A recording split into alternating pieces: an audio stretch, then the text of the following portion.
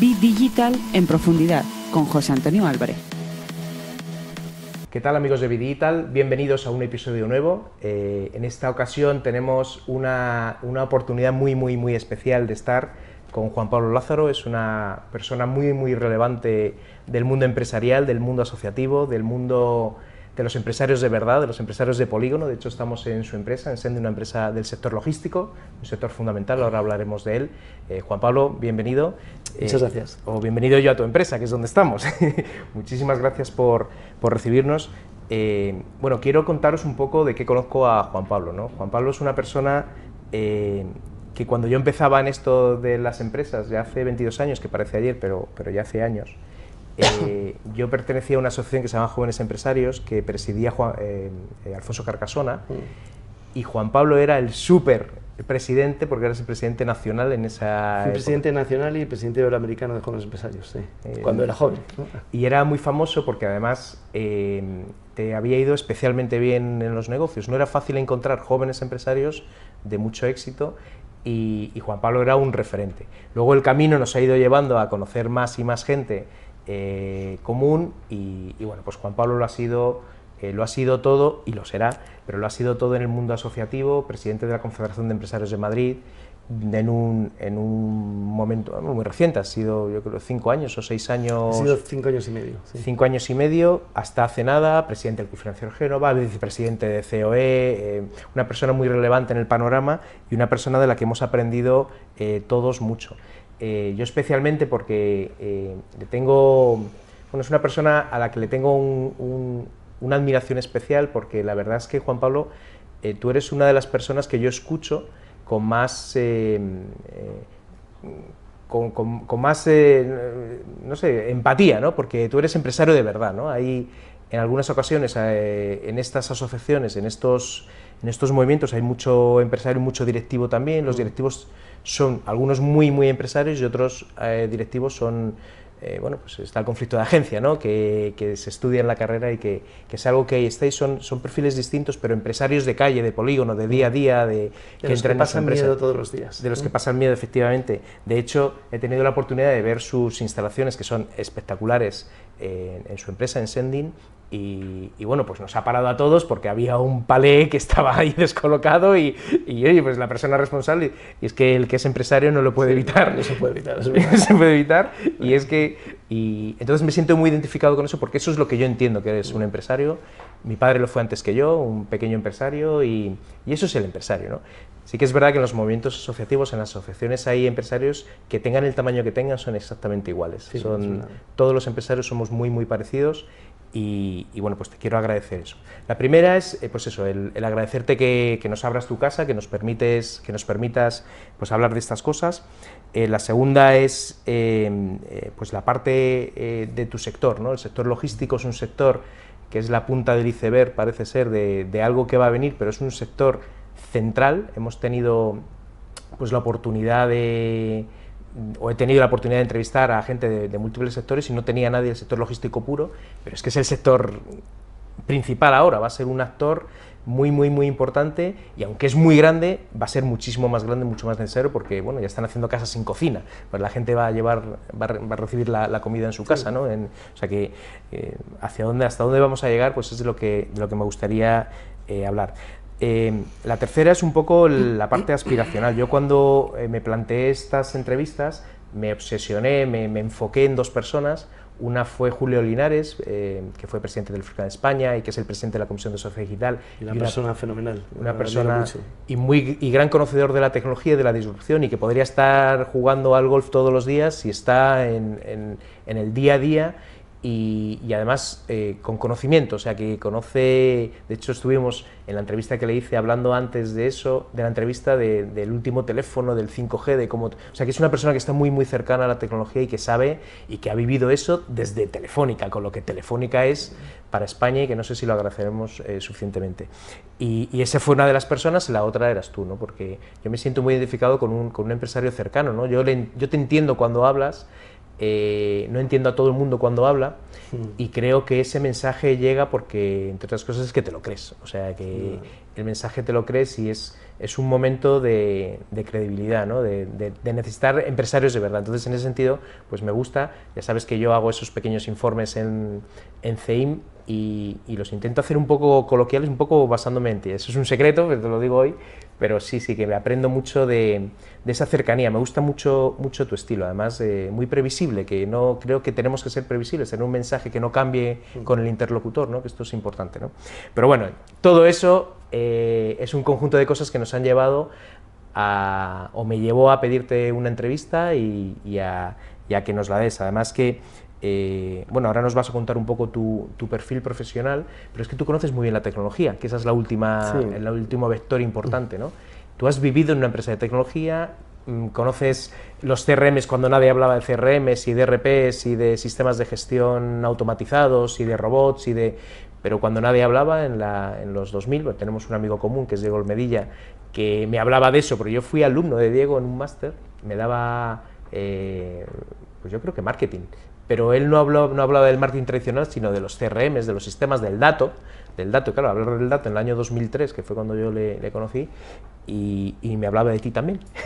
Entonces, estabais muy en eso, en un momento muy adelantado a vuestro tiempo, ¿no? Diego es una persona que, primero, es una magnífica persona, un excelente profesional, y además es una persona que admiro mucho, porque es una persona que está permanentemente actualizándose, y hoy el que no se actualiza está muerto, ¿eh? Sí, la verdad es que es una gran persona, además de un súper empresario y conocedor del sector, con el que se está muy a gusto, muy divertido, pero es que es muy buena gente. Pero bueno, Juan Pablo, cuéntanos, más que el currículum en sí, que todo lo que has estudiado, que es mucho, y lo que sabes, y lo que es muy... ¿A qué te dedicas, qué te has dedicado? Cuéntanos, haznos un semblante tuyo. Bueno, primero, gracias por este diálogo, no lo considero una entrevista, sino un diálogo entre amigos. Yo también aprendo mucho de ti, sobre todo en la parte de economía. Me apasiona la macro, soy un empresario de micro, pero me apasiona la macro. Creo que la macro influye muchísimo en la vida de las empresas y hemos podido ver desde la crisis del 2007 cómo decisiones tomadas por algunos señores puede llegar a afectar a una empresa que está situada en un polígono en Cornellá, en Coslada o en Zamudio, ¿no? Por tanto, conocer lo que pasa afuera es muy importante para luego tener en cuenta tus decisiones aquí, ¿no? Por tanto, gracias por ese aprendizaje que me proporcionas. Bueno, a ver, yo me defino como empresario. Algunos llaman emprendedor, yo soy más de empresario. Yo creo que no todos los emprendedores son empresarios, todos los empresarios son emprendedores. Cuando un señor sube al Everest puede ser emprendedor y tener esa iniciativa, pero no es un empresario. Sin embargo, normalmente los empresarios sí son emprendedores, ¿no? El tamaño aquí sí no importa para ser empresario. Yo creo que, y está bien que distingas entre directivos y empresarios. España tiene unos directivos de primerísimo nivel, están en posiciones a nivel mundial liderando, pero bueno, yo siempre digo que en un directivo, si la cosa va bien, gana, y si la cosa va mal, pues probablemente también gane. Sin embargo, el empresario de verdad sabe que muchas veces es el último que cobra, muchos y los que me están escuchando lo saben, han hipotecado su casa, y bueno, la verdad es que, sin embargo, tengo que decir que ser empresario es el trabajo más bonito del mundo, ¿no? Yo creo que tener una idea y que esa idea al fin y al cabo se plasme en un servicio, en un bien, es como un pintor que ve un paisaje y hasta que no lo plasma en un lienzo no es feliz, ¿no? Bueno, pues yo creo que tener una idea y que producto de esa idea des trabajo a gente, la idea crezca, del servicio, pues es la cosa más enriquecedora del mundo. Es verdad que frente a un trabajo más lineal, que es trabajar por cuenta ajena, que más o menos te sientes más o menos igual, o como nadie lo tiene fácil hoy en día, pero es verdad, sin embargo, que cuando creas tu propia empresa, a veces te ves en la cima del mundo y te crees el amo del universo, y a las pocas horas te puedes estar en el subsuelo, y los empresarios que me escuchen lo entenderán. Ahora, yo siempre animo, nosotros en Jóvenes Empresarios teníamos una máxima aplicable ahora, y es que en España no sobran 3,5 millones de personas, sino que faltan 400.000 empresas, ¿no? Y a pesar de que digan que hay sectores maduros, yo creo que cualquier momento es bueno para hacer una empresa, cualquiera, y sobre todo cualquier persona puede ser empresario. No, hay una pregunta siempre muy típica del empresario: ¿nace o se hace, ¿no? Bueno, pues yo no he visto ningún bebé que ponga aquí empresario. Es verdad que hay gente que tiene una cierta facilidad para emprender, para tomar decisiones. Sin embargo, es verdad también que mucha gente, bueno, ha perdido su trabajo, ha perdido su empleo, ha decidido emprender, y son empresarios de éxito que probablemente, si no hubieran salido de esa zona de confort, a veces porque lo deciden, a veces porque no les ha quedado más remedio, pues no tendrían su empresa, ¿no? Y por tanto, yo creo que cualquier momento es bueno, pero especialmente este momento que estamos viviendo un cambio. Es el mejor, es el mejor. Estamos viviendo un momento de cambio tan importante, tan estructural. Yo a veces, cuando escucho algunos discursos políticos, algunos debates, echo en falta el ver, decir, pero estos señores, no pasa, hay muchos políticos que sí lo ven, pero hay otros que dices, pero no se dan cuenta que estamos viviendo un cambio que no ha tenido parangón, donde las cosas están sucediendo, donde hay modelos de negocio que han dejado de existir, que están muertos y no lo saben, y sin embargo otros que tienen una proyección tremenda. Y luego, sobre todo, ha cambiado y va a cambiar tanto la mentalidad. Yo siempre digo, tengo dos hijos, uno que tiene 20 años y otra que tiene 16. Entre los dos hay una brecha digital importantísima. Es 1000 veces más digital mi hija con 16 que mi hijo con 20. Ya no te digo la diferencia entre mi hija y yo, que yo siempre llevo la última tecnología, presidí la patronal de Internet 5 años, siempre está muy vinculado, me apasiona, y yo para mi hija soy un troglodita analógico, ¿no? Por tanto, el momento es buenísimo, ¿no? Y es verdad que en el sector en el que me encuentro, pues está un poco en el ojo del huracán, porque primero todo lo que tienes delante ha sido transportado, cada vez con más urgencia, y luego sobre todo a través de Internet, que es un canal potentísimo, pues al final, no para la prestación de servicios, pero la distribución de productos requiere un proceso logístico muy distinto. No es lo mismo llevar 500 jamones a una gran superficie que un jamón a tu casa, ¿no? Sí, no, pero muy positivo, las expectativas son enormes. O sea, las expectativas son, en primer lugar, de tremendo crecimiento. El crecimiento sin control es descontrol, ¿eh? O sea, muchas veces hay muchas empresas que desaparecen no por falta de trabajo, sino por exceso de trabajo y no saber gestionarlo, ¿no? Pero yo te doy un dato, el 7% del comercio mundial, es, el retail, el e-commerce es dentro de ese comercio mundial el 7%. Se calcula que en los próximos 4 años llegará a un 30%, ¿no? Hay un portal chino, el portal líder chino, el pasado 11 del 11, el Single Day, el Día del Soltero, que como sabes es un día que inventan los chinos para competir con el Día de los Enamorados, hizo 31.000 millones de dólares de facturación en un solo día y movió 1.000 millones de paquetes, ¿no? El principal grupo español de moda que es conocido en todo el mundo factura 23.500 en todo el año, en todas sus tiendas, en todo el mundo. Este portal, en un solo día, 31.000 millones, ¿no? Con todo lo que supone de concentración de poder, concentración de riqueza, las interrogantes del comercio, entre comillas, de toda la vida, que tiene que cambiar y que tiene cabida, ¿eh? El que piense que el comercio especializado se acabó, se equivoca. Se tienden a modelos de omnicanalidad, donde un pequeño comerciante puede tener su punto de venta y además es bueno que lo tenga. Prueba de ello es que grandes portales, grandes marketplaces están abriendo puntos de venta físicos. Por tanto, aquí cabemos todos. El problema es tener una estrategia adecuada y adaptada a cada uno a su negocio. Pues mira, Juan Pablo, has dado con la clave del sentido de la investigación. Yo creo mucho en la disrupción, estos sectores que están rompiendo el mercado, esto que comentabas de ese operador chino que en un solo día vende más que un grupo de super éxito mundial en España, bueno, en España, en el mundo, que también vende en el mundo. Si conseguimos que esas empresas, en vez de hacerse fuera, se hagan aquí, claro, generarán un efecto virtuoso, una espiral virtuosa capaz de repartir abundancia y no escasez. Y eso es lo que creo que tenemos como responsabilidad la generación, o esta generación mía, creo que eso se lo debe dejar a los siguientes. Y vivir un mundo de abundancia en vez de escasez. Ese es el objetivo último de todo esto, y por ahí vamos a empezar, porque es que hay sectores espectaculares. Sí, mira, bueno, yo primero creo que esa es la clave, ¿no? Yo creo que más que repartir lo que haya, lo que hay que hacer es generar riqueza y luego hay que buscar modelos distributivos. Yo creo que si la riqueza no se distribuye, esto no tiene sentido, ¿no? Yo creo que este cambio lo tenemos que disfrutar todos, ¿no? Y hay que buscar la cabida de los más jóvenes, de los hombres y mujeres que tienen más de 50 años, que también tienen una cabida también. Tiene mucho que ver con formación y tiene mucho que ver con espíritu emprendedor. Yo creo que, lo decía antes, no sobran personas en España, lo que faltan son empresas, y lo que hay que hacer es crear entornos favorables. ¿Y eso cómo se crea? Pues yo creo que sería fundamental, por ejemplo, que en el sistema educativo desde muy pequeños se inculcara a los niños la posibilidad de crear su propia empresa. No tiene nada que ver con ADE, con económicas o con estos sistemas, no, detrás de un veterinario, detrás de un fontanero, detrás de alguien que sepa electricidad puede haber un posible empresario. Es más, yo creo que detrás de cada español hay un empresario en potencia. Si tú paras a cualquier persona por la calle, cualquiera, le dices que te diga una idea y te dice una idea perfecta para crearla y te dice cómo hacerlo y te dice, sin embargo, este es un tema que no tiene...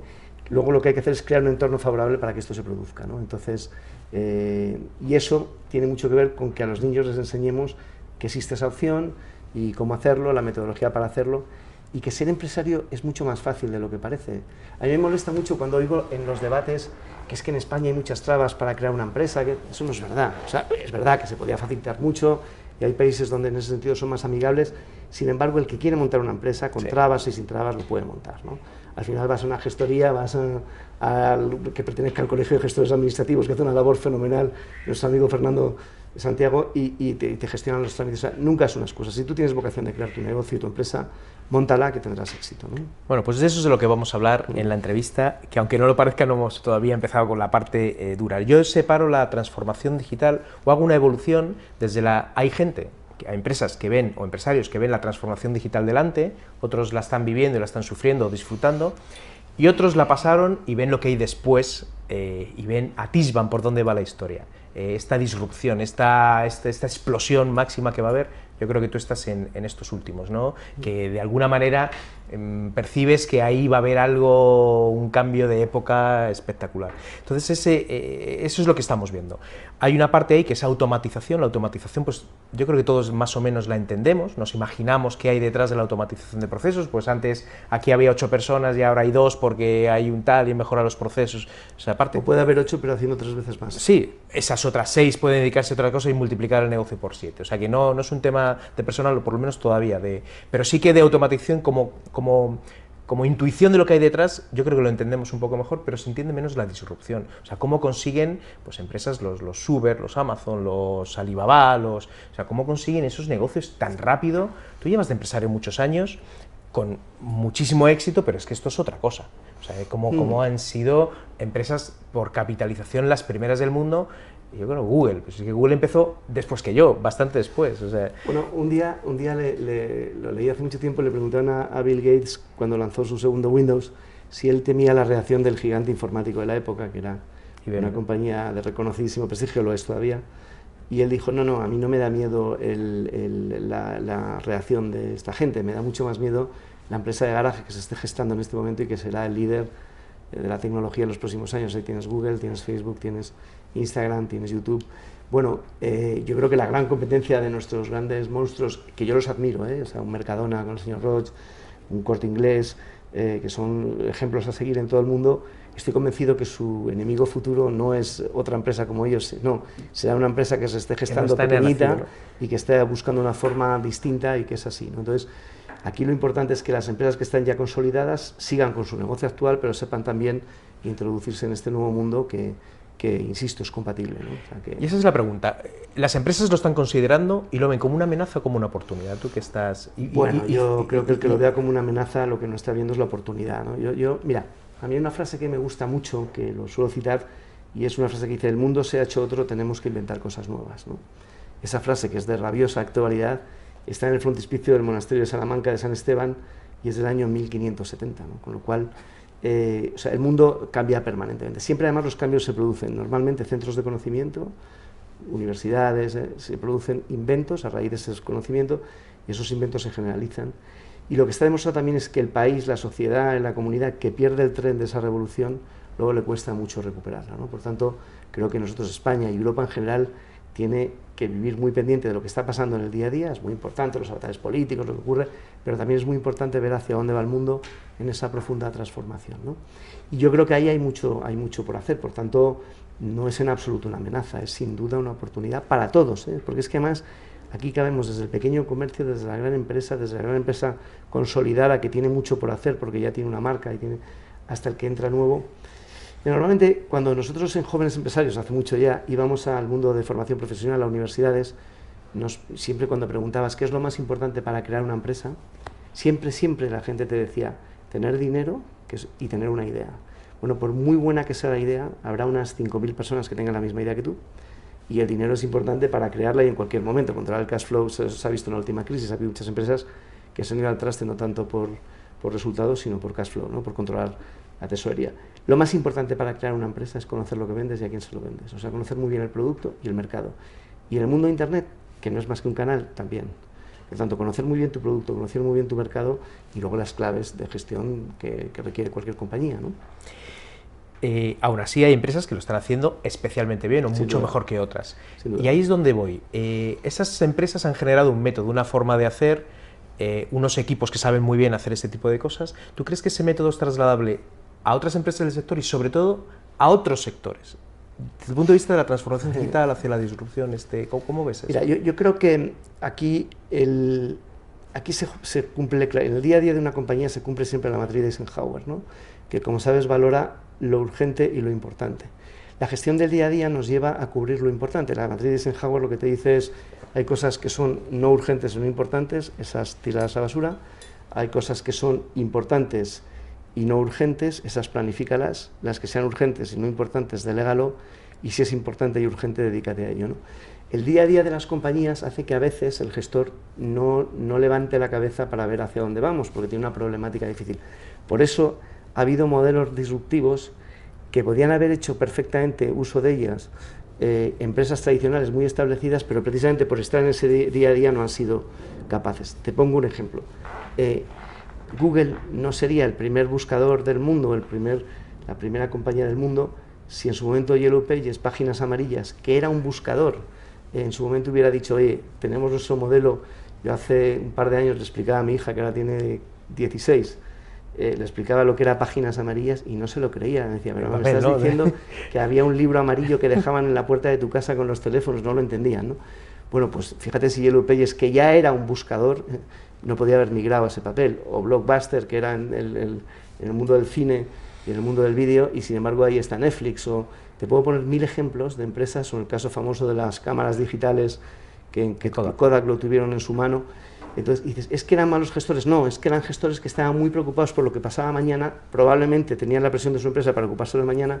Entonces, cuando surgen esos modelos disruptivos, no le da tiempo a abrazarlo. Entonces llegan nuevos jugadores que no tienen la problemática de lo anterior y que directamente arriesgan y pueden ganar, ¿no?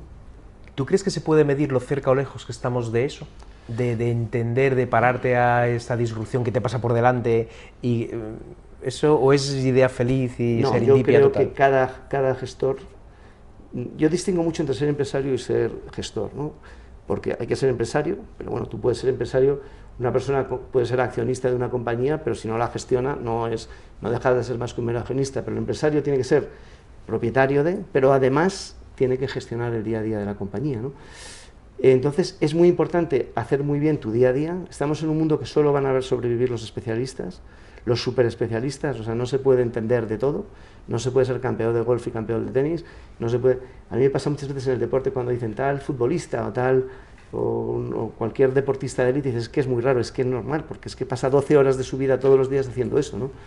Yo me acuerdo cuando Lendl, un tenista, sí, bueno, la generación nueva no sabrá ni quién es, pero entonces era McEnroe el número 1 a nivel mundial, y cuando Lendl empezó a ganarle y le preguntaban a McEnroe, decía, pero ¿cómo puede ser? Y decía, es que Lendl no juega al tenis, es que es el tenis, duerme con una raqueta, se despierta con una raqueta, vive para el tenis. Por tanto, la empresa requiere esa especialización, pero hay que saber, como le dicen algunos niños, ahora vete al rincón de pensar y piénsalo.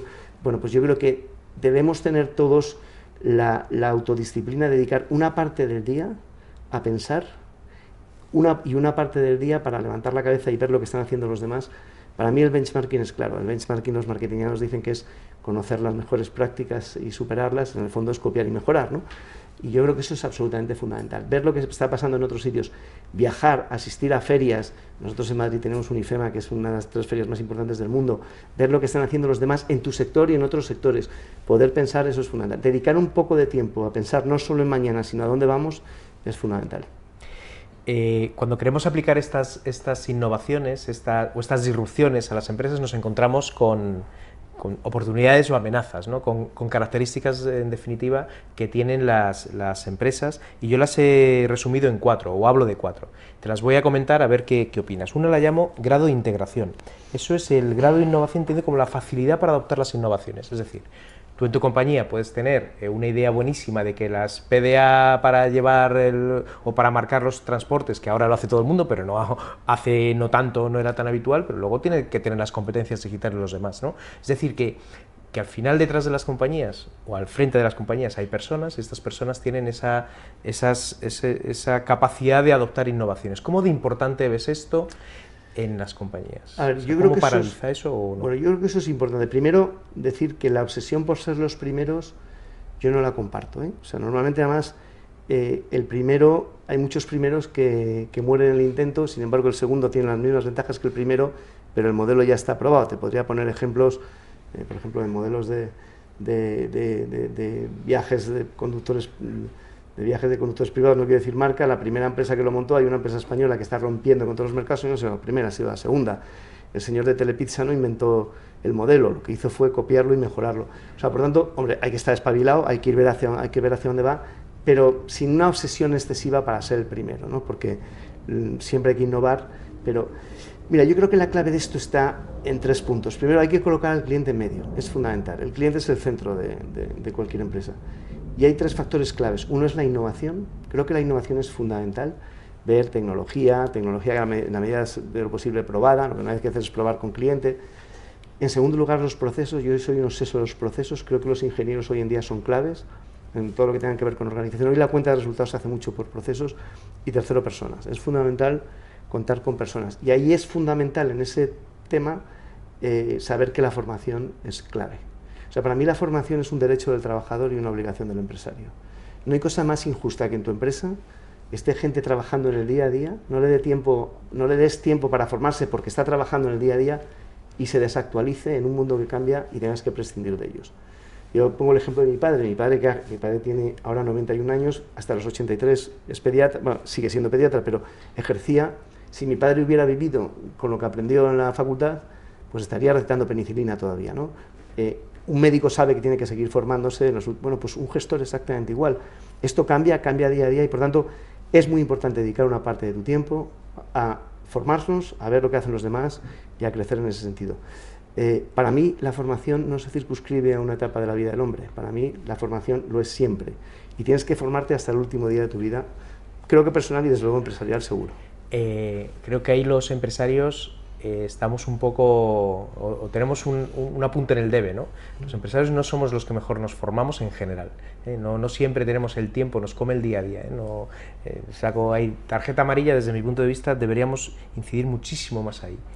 Yo creo que hay 2 cosas, una por el tiempo y otra porque hay muchas personas que creen que lo saben ya, todo.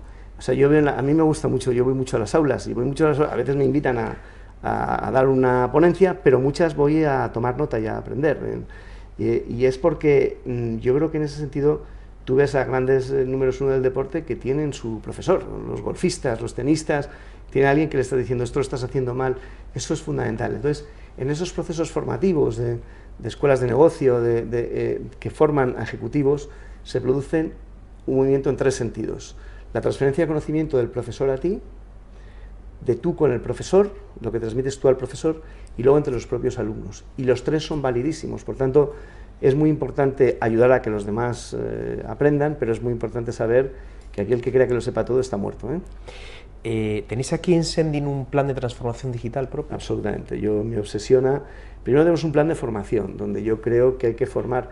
Y una de las cosas que a mí más me preocupa de la sociedad actual es que, y lo he dicho siempre cuando era presidente de CEIM y vicepresidente de COE, se habla mucho de formar a los jóvenes, es muy importante, pero ¿qué pasa con los hombres de más de 50, hombres y mujeres de más de 50 años que han perdido su empleo y que no lo van a encontrar nunca, ¿no? O sea, nos encontramos por primera vez que existen bolsas de empleo, y sacó una consultora muy grande, estratégica, hizo un estudio donde dividió el mundo laboral en 8 grandes categorías.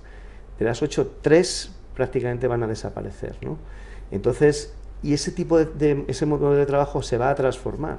Entonces, tenemos que colaborar para que esta transformación se produzca. Entonces, en mi empresa tenemos una formación del día a día, de técnicas del día a día, de idiomas, de herramientas, herramientas software, y luego es muy importante también compartir los objetivos de esa transformación digital, ¿no? La verdad que doy fe porque una de las cosas que me ha explicado con orgullo, o me ha enseñado con orgullo, o me has enseñado en el paseo que hemos hecho, ha sido el aula de formación, ¿no? Aquí además ha sido la pizarra marcada de que... Tenemos varias aulas y es muy importante usa, ¿no? permitir que la gente en ese sentido avance. Pues yo no quiero que en mi empresa esté la gente porque no tenga otro sitio mejor donde ir, sino porque estando muy formados y muy demandados, de todas las opciones eligen la mía. Es algo parecido a la pareja, ¿no?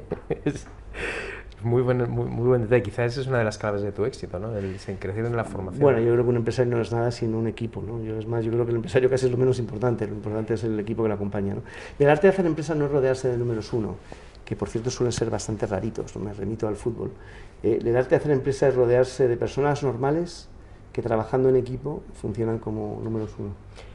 Mira, me has enseñado la empresa, me has enseñado el software, me has enseñado cosas, pero ¿cuánto crees que saben en el exterior cómo comunicáis eso al exterior, a vuestros clientes, a vuestro ecosistema y sobre todo internamente? ¿Cuánto sabe un departamento lo que se está haciendo en otro? ¿Cómo hacéis esa comunicación, yo creo, tan necesaria de la parte de transformación digital, de tecnología? Mira, la parte interior es fundamental. Hay modelos de gestión que se basan mucho en departamentos estanco, incluso en buscar el enfrentamiento entre directivos dentro de la misma compañía, porque con eso creen que mejora la empresa. Yo creo que es un error total. Yo creo que hoy en día compartir los objetivos. Yo tengo un carácter que si tú eres mi jefe y me dices que me ponga en esa puerta y me obligas, sacarás de mí un 60 o un 70%. Ahora, si me lo explicas y me dices por qué me tengo que poner en esa puerta, probablemente saques de mí o el 100% o todo lo que pueda dar, ¿no? Eso vale para cualquier persona. Yo creo que hoy en día explicar el porqué de cada cosa en una empresa, que se comunique, que a su vez permita una comunicación en todos los sentidos, que sea circular y porque detrás de cada uno de nosotros puede haber una idea y en las empresas son todos igual de importantes, o sea, eso se sabe muy bien en una cadena se rompe siempre por el eslabón más débil. ¿Cuántas veces en una cadena de montaje, porque un operario ha apretado mal una tuerca, ha habido que echar para atrás toda una serie de coches, ¿no? Luego es muy importante, si hablamos de calidad, es muy importante si hablamos que tengamos esa mentalidad colectiva, pero no por imposición, sino porque la gente crea. Es muy importante recuperar en el mundo empresarial el orgullo de pertenencia.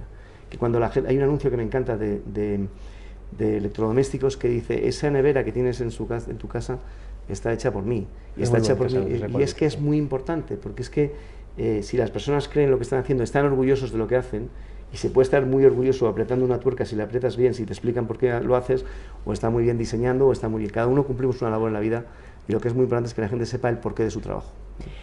Eso me lleva a la siguiente, que es, eres una de las personas en las que pienso cuando hablo de esto: liderazgo disruptor. Tú eres un líder nato, no sé si es bueno o es malo decírtelo, pero es lo que pienso. Y esto del liderazgo disruptor es un líder evolucionado, ¿no? Vitaminado, si quieres, ¿no? Yo lo llamo esto, y te lo leo, a la capacidad que tiene no solo de adoptar la disrupción, sino de generar el ecosistema, ¿no? Como hacía Jobs, o como hace ahora el que diseña los iPhone, ¿no? Que uno le pone una cámara en un sitio y todo el sector lo hace. Es decir, cómo son capaces de enamorar a su público y que lo que él trae, oye, o sea, alinear a la gente a su alrededor, ¿no? Como tú hacías. Y sí, bueno, has estado haciendo hasta hace nada en Fame, ¿no? O en muchos sitios. Sí. ¿Cómo ves este factor? Yo te explico, mira, yo creo que no hay un paradigma igual que no hay un paradigma de inteligencia, cuando la gente dice fulanito es muy inteligente, fulanita es muy inteligente, siempre digo, ¿para qué? Porque puede ser muy inteligente para una cosa y muy torpe para otra. De hecho, conocemos grandes genios que luego son antisociales o que no son incapaces de resolver un problema doméstico, luego no existe. Tampoco existe un paradigma de liderazgo. Yo no creo que exista un modelo estándar. Existen muchos. Lo que sí existe es modelos de antiliderazgo, ¿no? Y hay muchos. Yo llamo, por ejemplo, algo que yo llamo el liderazgo del ave. A mí que me gusta mucho el campo, si tú vas al campo, ves las bandadas de pájaros que se mueven de una forma irregular y siempre hay uno, si te fijas, que se pone delante. Y dices, ¿es el que lleva la bandada? Y dices, no, es que se pone delante y va, y sabe, eso no es liderar, eso es ponerse delante, ¿no? Luego existe un modelo de falta de liderazgo, el pequeño Boy Scout que va corriendo detrás diciendo, esperadme que soy el jefe, ¿no? Quiero decir, Aristóteles decía que el poder no se otorga, se ejerce. Tú a mí me puedes nombrar jefe de algo que si soy tonto en el sentido de que no comunico, si no transmito, que no, pues al final la gente que está alrededor reconocerá como jefe a otra persona aunque no le hayas nombrado, ¿no? Por tanto, yo creo que no hay un paradigma de liderazgo. Lo que sí digo es que liderar no es decir lo que hay que hacer, es saber lo que hay que hacer, aunque a veces no sea popular, y convencer a los demás de que hay que hacerlo si queremos mejorar. Y sobre todo el liderazgo suele estar bastante reñido con el cortoplacismo.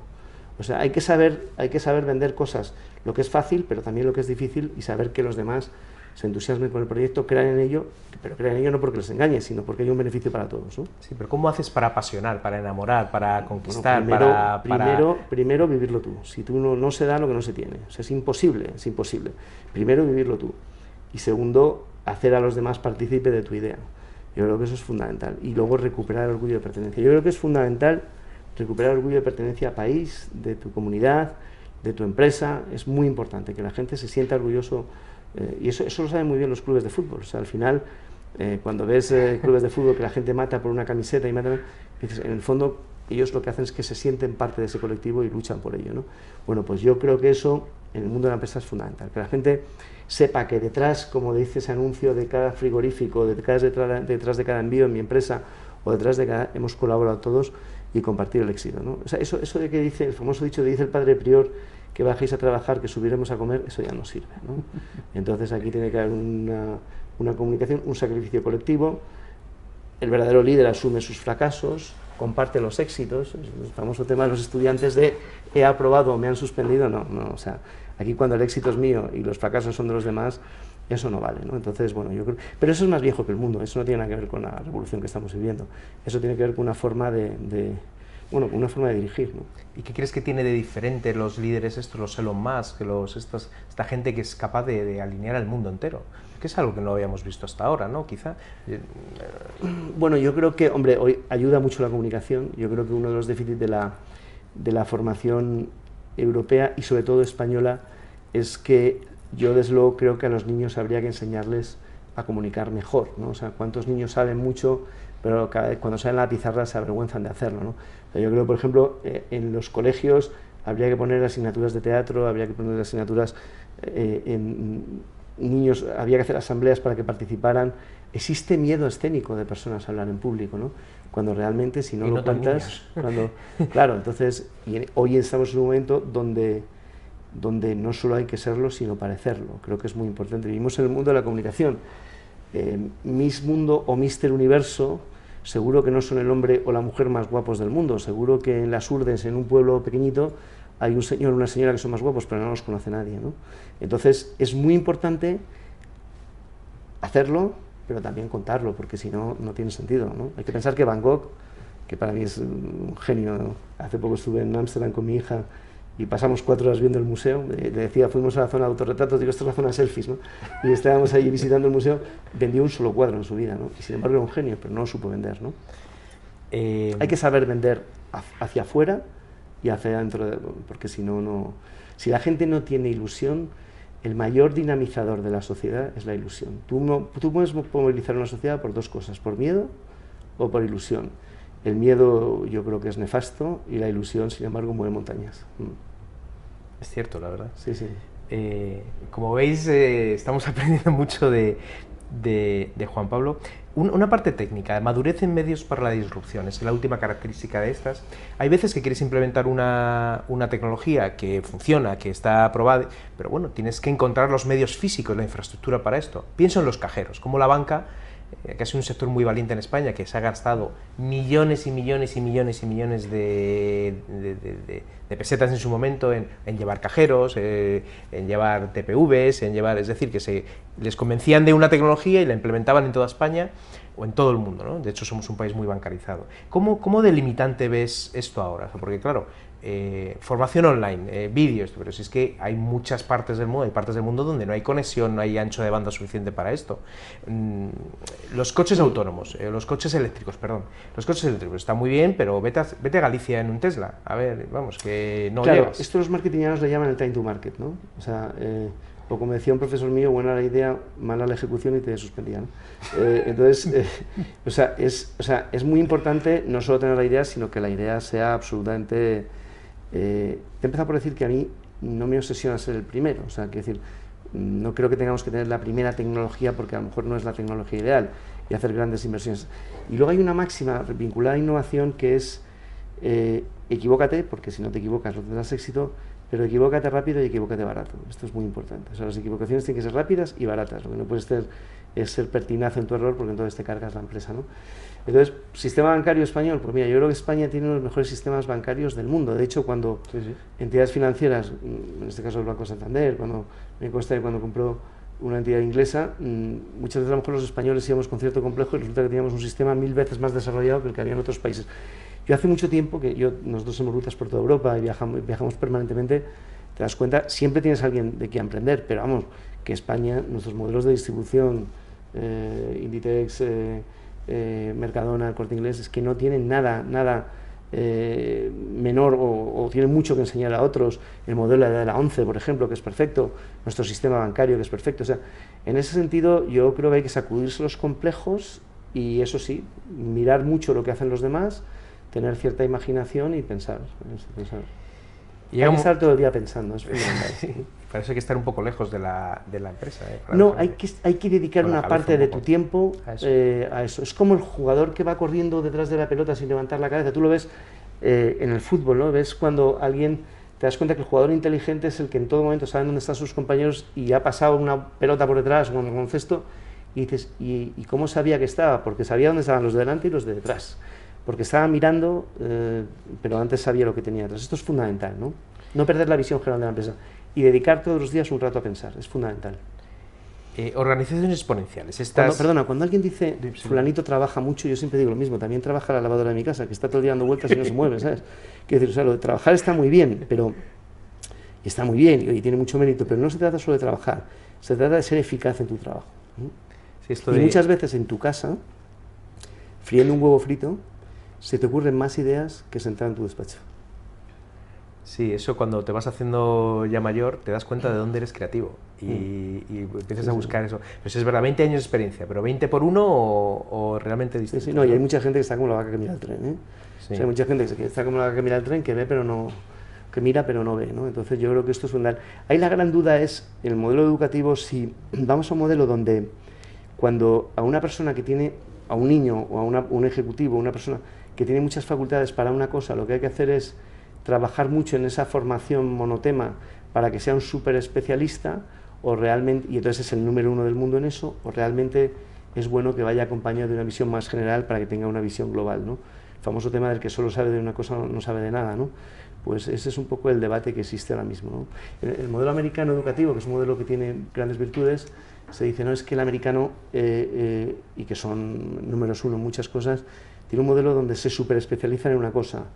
Solo saben, el señor que sabe de átomo de neón, solo sabe de átomo de neón, juntos hacen la gran revolución. Individualmente, a lo mejor el modelo europeo es más generalista, ¿no? Probablemente un mix de las dos cosas, especialización, pero con visión global es importante también, ¿no? Y creo que en las ingenierías hay que hablar de filosofía, y creo que en las empresas de filosofía hay que hablar de emprender, en las carreras que tienen que ver con el mundo más de la filosofía, o más de tienen que hacer de humanidades, tienen que hacer también, tienen que también conocer lo que es el emprendimiento. O sea, esa transferencia de conocimiento es bueno. Para mí, y no te dejo de preguntas, para mí hay una frase, el que haya leído el Quijote, para mí lo más bonito del Quijote es cuando está muriendo el Quijote y tiene al lado a Sancho. El Quijote representa el idealismo, ¿no? Y Sancho la parte pragmática del ser humano, ¿no? Y entonces cuando está muriendo el Quijote le dice, Sancho, me he dado cuenta que no eran gigantes, que eran molinos. Y Sancho le dice, no, mi señor, eran gigantes, ¿no? Porque el idealista le había transmitido al práctico su visión y el práctico lo había comprado. Se lo había transmitido, por tanto eran dos personas mucho más completas una gracias a otra, ¿no? No te creas que estoy releyendo el Quijote. Yo lo leo varias veces, lo he leído varias veces y lo estoy releyendo ahora porque escuché el otro día que cuando estés escribiendo algo de investigación, lee el Quijote. Lo leí, lo escuché y digo... Ese tema que has comentado antes me interesa muchísimo y he estado tentado a preguntártelo varias veces. Hablas de la superespecialización, pero yo creo que estamos pasando en personas a un estadio donde el que tiene mucho valor es el que tiene la visión global, ese 360. Es decir, que ahora hay que mantener un equilibrio en tu empresa, una especialización máxima, porque si no, la verdad es que tienes poco que aportar, pero luego las personas que dirigen tienen que saber de negocio, de tecnología, de estrategia, de comunicación, Ese es un momento, por eso es bonito, ¿no? Al final los que somos muy inquietos y muy... no siempre fue así, pero ¿cómo ves esto? ¿Cómo ves al profesional? Digo cómo lo gestiono a mi pequeñísimo nivel. Yo hago 2 reuniones semanales. Una que es diaria, que es de 9:15 a 9:30, que hagamos una conference call donde meto 12 personas, 20 segundos cada una. Analizamos las KPIs del día, los ratios de calidad y el ratio de presupuesto contra el presupuesto mensual. Eso dura 15 minutos, o sea, 12 personas tiene que ser. Y luego hago un comité de dirección que hago que solo dure 1:30, las reuniones tienen que tener igual que las cenas tienen que empezar el mismo día o terminar el mismo día que empiezan, las reuniones tienen que ser con hora de entrada y de salida, ¿no? Y tienen que ser en la medida posible cortas. En esa puesta en común diaria y en esa comité de dirección semanal, lo que hacemos es que hay gente de distintos departamentos y a veces cuando habla uno dices, ¿qué puede tener que ver esto con lo suyo? Es que cuando uno habla de otra cosa, el que no tiene nada que ver está aprendiendo a tener una visión global. O sea, es muy importante, a mí me gustaría que hubiera la posibilidad de cambiar roles dentro de la compañía y que el comercial estuviera en un área de producción, el de sistemas estuviera en comercial, para así saber entender o sea, para que tuviéramos todos un poco de todo en la compañía, ¿no? La verdad que no, sin perder el nivel de especialización. Claro, es que eso es lo complicado. Pero es que es muy importante que el comercial cuando vende dice, yo vengo aquí, y el de producción ve aquello como diciendo, ¿qué problema me ha traído? Es muy importante que el comercial pasara de vez en cuando un tiempo en producción. Yo, por ejemplo, en mi equipo comercial visita los procesos de la noche, porque tiene que saber lo que vende y tener fuerza para hablar de lo que vende, ¿no? Organizaciones exponenciales, estas que son tan espectaculares, los Uber, los Amazon, o sea, como crecimiento como empresario me parecen increíbles, ¿no? Aquí sale el Airbnb, ¿no? que presumía la cadena Marriott de que tenía 30.000 o iba a tener 30.000 soluciones habitacionales, es decir, 30.000 camas en ese año, y Airbnb dijo, sí, los tengo al día, ¿no? Pues es una cosa, o sea, son otros números, es otra forma de pensar, no estamos acostumbrados a pensar de una forma tan exponencial, sino más lineal, y cuesta, pero hay empresas que es que lo están haciendo. O sea, ¿por qué no en España y por qué no en Europa? ¿Qué nos falta? Bueno, yo creo que en España sí hay ejemplos. Por ejemplo, de transporte de viajeros hay una empresa clarísimo que será uno de los famosos unicornios de los que más... No, yo creo que sí lo hay. Yo creo que lo que falta en España es... En España tenemos una aversión al riesgo tremendo, porque se ha penalizado muchos riesgos. En Estados Unidos, cuando tú en tu currículum dices que has creado una empresa y la has tenido que cerrar, cuenta mucho tu experiencia. Aquí es como el que se ha equivocado y ha cometido un error. O sea, yo prefiero gente que lo haya intentado aunque se haya equivocado, gente que no lo intenta. Yo creo que la primera clase de management o caso que podía estudiar en la escuela de negocios es la parábola de los talentos, ¿no? Cuando se marcha el señor y da 3 a cada uno y cuando vuelve se encuentra con que uno de los 3 no le queda ninguno y dice, bueno, lo has intentado, otro que de 3 lo ha convertido en 6 y le felicita, pero el que de 3 lo ha guardado es el que le regaña, ¿no? Porque dice, oye, tú no has arriesgado, ¿no? Entonces, yo creo que es fundamental. Yo creo que salir de la zona de confort es clarísimo, y sobre todo gente que se incorpora al mundo laboral y saber que hay que muchas veces sacrificar un buen presente para tener un mejor futuro, eso es fundamental. O sea, no se puede vivir en la zona de confort, sobre todo cuando se es joven. A mí me dieron el premio Joven Empresario, el premio que nos dio el Rey, y me acuerdo cuando nos lo dieron, me hacían una entrevista en una feria que se llama Aula, que entonces era para el mundo joven, para emprendedores, y un socio de una consultora muy grande me dijo, es que tiene mucho mérito que tú montaras tu primera empresa. Yo monté mi primer negocio con 17 años y mi primera empresa con 22. Y dice, tiene mucho mérito montar una empresa con 22 años. Yo tenía casi 200 personas con 26 años. Y le dije, no, tiene mucho más mérito montar una empresa con 45 años, 2 hijos y una hipoteca, que montarlo con 22, porque con 22 no tienes nada que perder, ¿no? Entonces, yo creo que cualquier momento es bueno para emprender, pero cuando uno es joven, vamos, no es que sea un momento, es que es una obligación. Y hay gente que nos escucha y dice, ¿y eso cómo se hace? Pues mira, yo recomiendo, trabaja un tiempo por cuenta ajena, como he dicho, tienes que conocer el producto y el mercado, aprende el producto y el mercado, y a partir de ahí aprendes y tomas nota. Cuando me preguntan el cómo me vas a permitir que haga, digo, mira, esto son unas gafas de empresario, póntelas y ya está la solución. Si es que es ir por la vida de otra manera, si es que la solución es en España, hombre, si uno vive en Zimbabue... Y sobre todo desmitificar. Yo insisto, me molesta muchísimo cuando oigo eso de que en España estamos en el Doing Business en la posición 122 y que montar una empresa es complicadísima. O sea, ojalá se pudiera montar en 24 horas, nos facilitaría mucho. Somos un país de 5 administraciones, en España hay 5 administraciones, la local, la autonómica, la nacional, las diputaciones y la europea.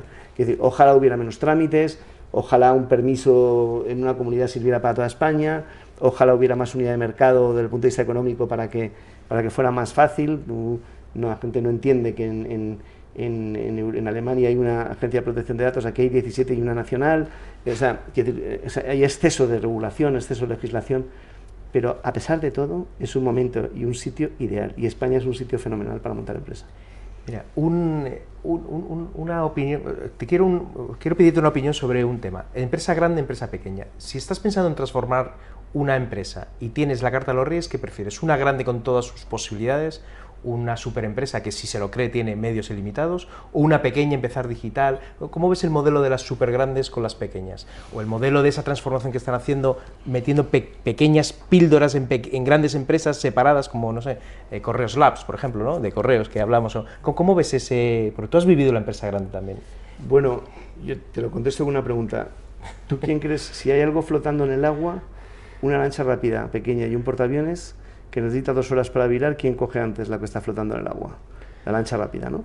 Luego, La clave está, la lancha rápida es fenomenal, cuando estás empezando tienes una capacidad de reacción, de cambio facilísimo, o sea, cambiar en una empresa pequeña es muy fácil, en una empresa grande es más difícil, pero a su vez la empresa grande tiene muchas sinergias que permiten, ¿no? Y te permiten y tiene mucha más potencia de motor para salir de una de estas.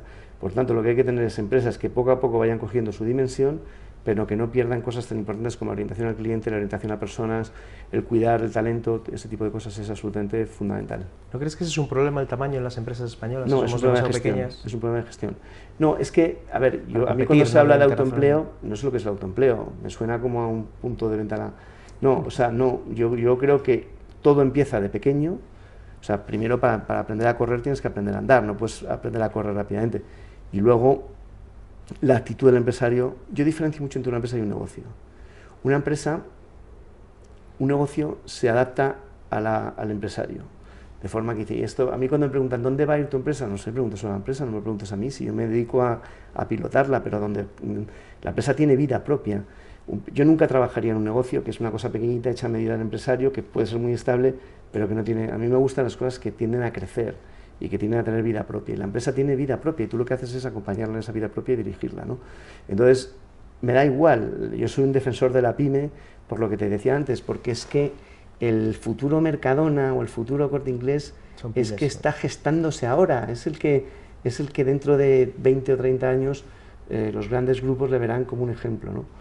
Entonces, mira, hubo un tiempo, yo recibí una vez, cuando yo he presidido en CB varias comisiones, entre las de Masí, y nunca se me olvidará una entrevista que tuve con unos finlandeses, ¿no?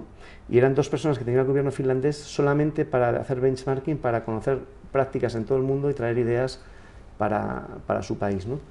Y hablando con ellos, y les hablaba del caso de trabajos buenos, ¿eh? Por ahí. Sí, no, pero se dedicaban a ver ideas y traer... Qué interesante. Y fíjate, sí, pero les pagaban por eso, ¿eh? O sea, hay que decir que el gobierno finlandés les pagaba por eso, ¿no? Y les preguntaba por el caso Nokia, cuando Nokia era Nokia, ¿no? Fíjate que quién se acuerda hoy de BlackBerry, quién se acuerda hoy de... es decir, que la maduración hoy es rapidísima, ¿eh? Los procesos de maduración y muerte casi incluso, ¿no? Y me decían, mira, Nokia tiene una cosa, y es que trabaja con tejido de pymes. Y les pone varias condiciones. Primero, que no trabajen solo para Nokia, porque se embrutecen. Segundo, que estén interconectadas. Yo creo muchísimo en la conexión en red, es fundamental. O sea, hoy en la competencia es fundamental, trabajar con la competencia, colaborar es fundamental, porque ahorras muchos recursos. Y luego, lo que es muy importante es que, y les decía, es que nunca Nokia comprará esas empresas, porque en el momento que esas pymes son compradas por Nokia, al incorporarse dentro de la maquinaria gigantesca, dejan de ser frescas y de innovar. Yo no creo que sea tanto así. Yo creo que una empresa tiene que tener suficiente capacidad de reacción para lo que se llama el corporate entrepreneurship, que es crecer y tener espíritu emprendedor dentro de la propia empresa. El empleo. No queda muy poco, pero eso es un tema muy importante, el empleo. Tú sabes que hay una corriente quizá realista, de mucha gente muy negativa a los efectos que esto traerá sobre el empleo, la transformación digital, y se va a dejar mucha gente en la calle. ¿Cómo crees, o qué crees que pasará en los próximos 10, 15 años? ¿Esto destruirá o creará empleo de forma neta? ¿Cómo va a quedar las dos cosas? ¿Cómo va a quedar la foto? Yo tengo una teoría miedo hay que he compartido pocas veces, y es que yo creo que en España hubo una guerra civil porque perdimos el tren de la Revolución Industrial, ¿no? El tren menos en alguna zona de Cataluña y el País Vasco.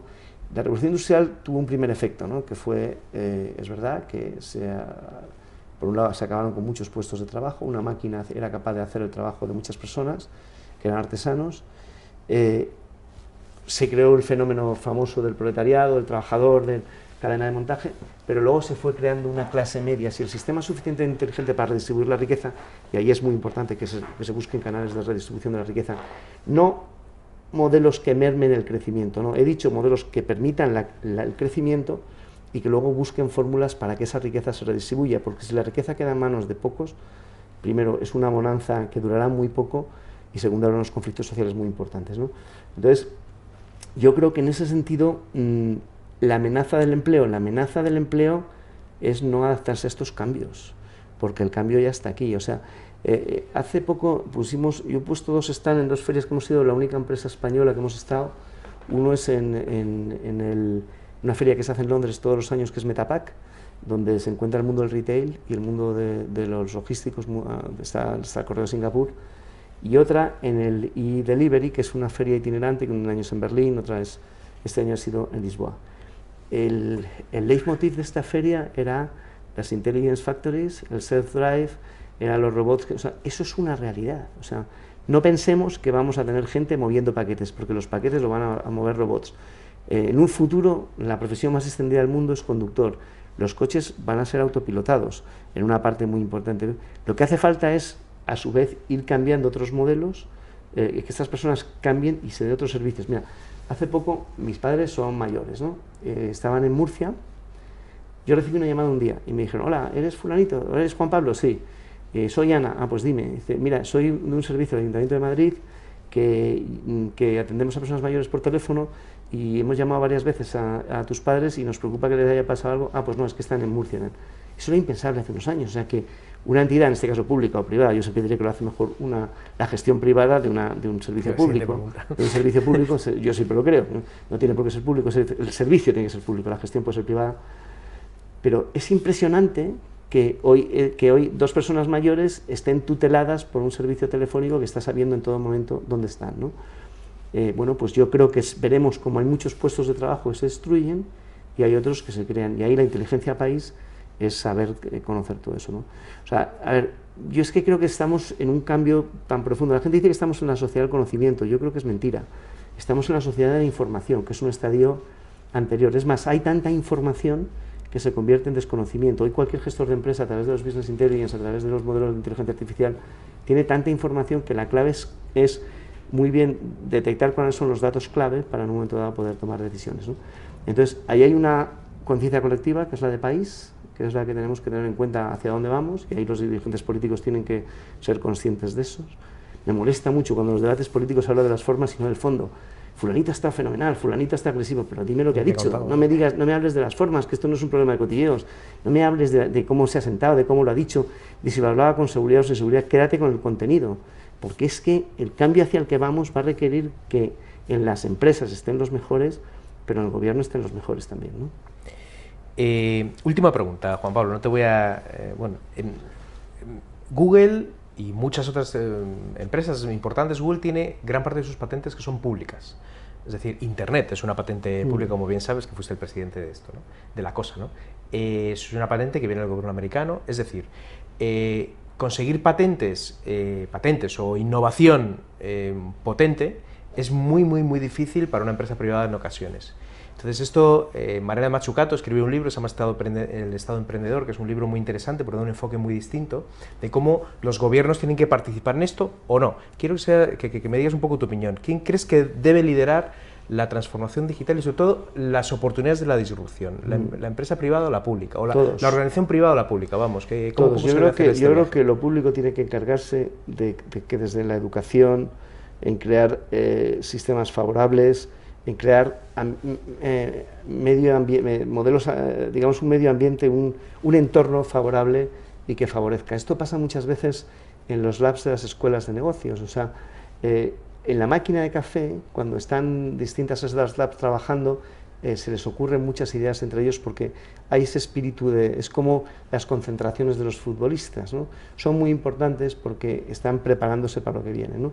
Por tanto, yo creo que a nivel gobierno hay que crear un entorno que favorezca la innovación. Personalmente creo que es un error que no se tenga en cuenta los empresarios que invierten o que no tengan un tratamiento mucho mejor que los que no lo hacen. O sea, el empresario que invierte en su propia compañía para hacerla crecer debería tener un tratamiento fiscal muchísimo más favorable, porque con la inversión está haciendo crecer su empresa y está generando riqueza y está generando empleo para todos. Y luego a nivel individual, porque es que yo soy los que creo que no. Yo creo que en Europa hay un exceso de pensamiento keynesiano en el sentido de la injerencia de lo público en lo privado, ¿no? Y yo creo muchísimo en la iniciativa pública. Estoy cansado de gente que le echa... Yo tengo puesto varios carteles, uno de ellos es definición de persona mediocre, la que echa la culpa de todos sus problemas a los demás y no a uno mismo. El principal responsable de todos mis problemas no es ni el gobierno, ni soy yo como la actitud que adopto ante la vida, ante los problemas, tener una actitud positiva. He decidido hace mucho tiempo quitarme a la gente tóxica. Yo creo que la gente tóxica, la gente negativa, hay que intentar apartarla de tu vida. Por tanto, lo que hay que pedir al gobierno es que, con independencia del juego parlamentario, pero que cree un ambiente positivo, un ambiente de confianza en la economía, El mayor acicate para la economía hoy a nivel mundial es la confianza. Hoy la economía, y a su vez el mayor enemigo es la incertidumbre. Hoy hay que generar confianza, hay que generar orgullo país. Y luego a su vez individualmente la gente tiene que saber que, hombre, que si se cree, como decía Cholo Simeone, si se cree y se trabaja se puede, ¿no? Pues si se cree y se trabaja se puede. Juan Pablo, muchísimas gracias. ¿Qué más tienes que decir en este entorno que nos haya dejado? Porque es que da para... bueno, para hablar mucho más, ¿no? Pero, ¿qué quieres que nos queda? Pues yo diría dos cosas, que va a haber dos tipos de empresas, las que innoven y las que no existen, y hay dos tipos de personas, las que son empresarios y las que pueden ser empresarios. Y animo a hacerlo, y a otras personas de mi familia y funcionarios que cumplen una labor, por ejemplo, importantísima. Yo no desdeño, o sea, creo en la función pública, creo en la función privada, pero que si alguien tiene vocación para hacerlo, que no dude que lo haga y que el momento para hacerlo es bueno, porque tenemos por delante un mundo tan cambiante que el que quiere va a poder hacerlo. Sí, la verdad que todos tenemos un alma y lo que hay que hacer es que ese alma esté dentro de tu vida, ¿no? Y sí, no fuera. Juan Pablo, muchísimas gracias. La verdad es que no sé cuánto hemos estado, pero que ha quedado muy largo. Al final, los empresarios estamos mucho más de acuerdo de lo que parece. Sí, yo creo que la gente en general. Sí, fíjate, cuando lo cuentas lo entiendo. Cuando escucho a personajes políticos, si yo te das cuenta que yo no considero que el político es una persona que cuando llega al poder se plantea fastidiar al administrado. Lo que pasa es que muchas veces les falta información. Entonces, yo siempre digo, cuando he tenido oportunidad de hablar con ministros, ministras, decir, dar una vuelta por la economía real, o sea, salir de vuestros despachos, de vuestros asesores, hablar con gente de verdad, con gente de la calle. Por eso yo siempre, cuando he tenido responsabilidades asociativas, siempre he vuelto a mi empresa. Yo tenía fama de siempre después volver a mi empresa, volver al polígono, como decía, pero es que esto es lo que te sitúa en la realidad. Por tanto, yo creo que muchas veces nadie está a favor de la pobreza infantil, nadie está a favor del paro, nadie está a favor del empleo precario, todos estamos a favor de otra cosa. El problema no es el diagnóstico, es la terapia que hay que hacer para superar esto, ¿no? Y eso es muy importante tener en cuenta la opinión de los empresarios, la opinión de los trabajadores, o sea, yo creo, y por eso en ese sentido creo que la sociedad civil es importantísima, porque la sociedad civil, yo me niego a votar cada 4 años y externalizar el servicio, ¿no? Como quiero una sociedad para mis hijos, por eso creo que trabajar y colaborar en el mundo asociativo es una muy buena forma para crear plataformas que le dicen a los que gobiernan, no para elegir a los que gobiernen, que eso lo hacemos votando, sino para que esas plataformas le digan a los que gobiernan, oye, si haces esto puede pasar esto, y yo te digo cómo creo que se tiene que hacer. Jolín, ha sido un placer, la verdad que me llevo muchas cosas de aquí. Como te dije al principio, llevo 31 en esto, y es impresionante cómo a las mismas preguntas o a las mismas ideas tenéis enfoques distintos y todos válidos, ¿no? Que eso... Sí, seguro que...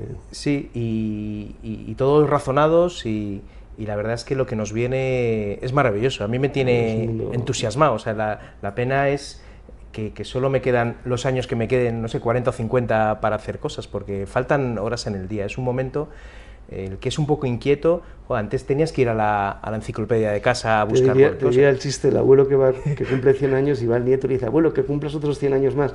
Le dice, no pongas límites a la providencia. O sea, no sabes si te quedan 40 o 50. Lo importante no es cuánto te queda, sino cómo lo aprovechas. Yo en ese sentido creo que el tiempo es una variable muy relativa, y desde luego la relatividad te lo da en cómo lo utilizas, ¿no? Si tú haces un ejercicio, yo lo he hecho alguna vez en alguna conferencia, le he pedido a la gente que ponga de aquí a 50 años una fecha, la que fuera, mañana o dentro, si apuntaran esa fecha y fuera el día que se va a morir, a partir de ahí su forma de pensar, aunque sea dentro de 30 años, sería radicalmente distinta. La diferencia entre un condenado a muerte y tú es la fecha. No me quiero poner dramático.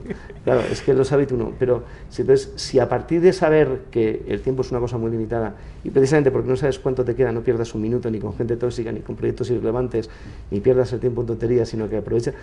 Tonterías no tiene que decir que sea trabajar, que puede ser disfrutar con tu familia, dar un paseo, pero desde luego el tiempo hay que aprovecharlo porque no sabes cuánto te queda. Sí, es un buen final. Ya veis, quién es Juan Pablo, sin apellidos, sin cargos, es una persona con ilusión, con pasión, y la verdad es que de joven quiero ser como tú, ya sabes que... Empresario de polígono. Empresario de polígono, como estoy en el de Julián Camarillo. Hay muchas naves en Coslada que te están esperando. Sí, estoy en el de Julián Camarillo, que tampoco está tan lejos. Ahí se fue mi segunda instalación. Sí, o sea que creo en eso, Y además cuando yo empezaba, siempre, porque yo empecé vendiendo seguros y decía, nunca voy a trabajar en un polígono, ¿no? Y llevo 10 años, 12 años o 14 ahí en el... Pero bueno, es la vida que te va llevando, ¿no? Yo creo que lo importante no es dónde estás, si es Torrepicas o es Coslada, que los dos sitios son muy bonitos y no tienen sus puntos fuertes y sus puntos débiles, lo importante es el alma de la empresa. Sí. Las empresas tienen que tener alma y eso solamente lo dan las personas. Muy bien, pues bueno, si habéis llegado hasta aquí sois super fans, así que gracias a todos. Esto es una entrevista más de Bidigital y esta, como ya os dije, es súper especial porque es una persona de las que más admiro. Gracias y que paséis un feliz día. Gracias, Juan Pablo.